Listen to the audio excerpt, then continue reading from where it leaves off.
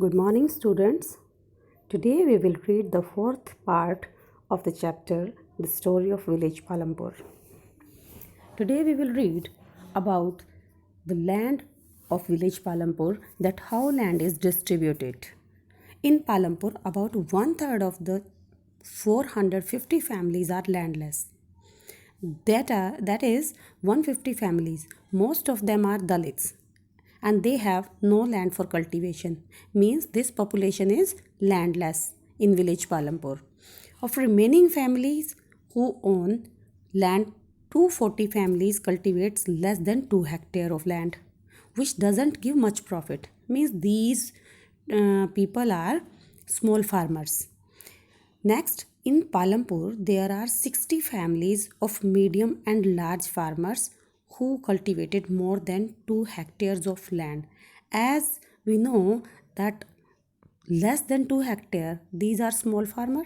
2 to 10 hectare, these are medium farmers, and more than 10 hectare, these farmers are large farmers. So 60 families are there only, which are medium and of large farmers.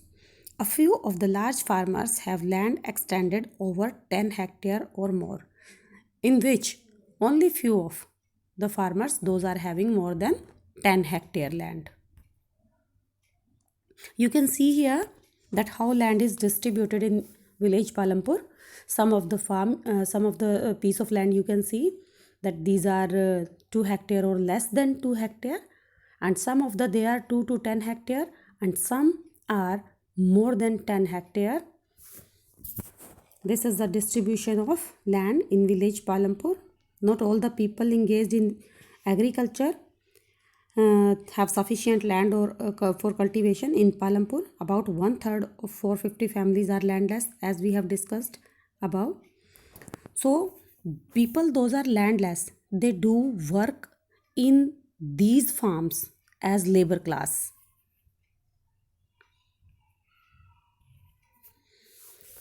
Will land sustain? As we know very well that in our village Palampur, electricity is there. So farmers, they use tube well for irrigation, and other modern farming method they are also using. Now in modern time, when we are using most of our modern farming methods, it is becoming the cause of infertility of land. Land being natural resource, it is necessary to be very careful in its use. If we will use the land carefully, then we can save our land. Scientific reports have stated that the modern methods have overused the natural resources, and green revolution is associated with the loss of soil fertility due to increased use of chemical fertilizers. These chemical fertilizers makes the land infertile. Now, according to a scientific report, in modern farming, natural resources are overused because we have become commercial. We want to earn more and more profit. We have extended the land which can be cultivate. So, because of our this nature, we are overusing the resources. Groundwater, rivers, and lakes are polluted by the way of using chemical fertilizers. As we know very well that day by day our water level is getting down because excessively we are using chemical fertilizers. Also kill bacteria and other microorganisms in the soil, which are essential for the growth of plants.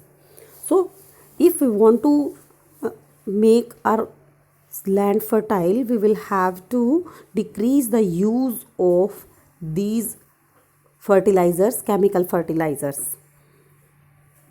Thank you. Next we will read in our next slides.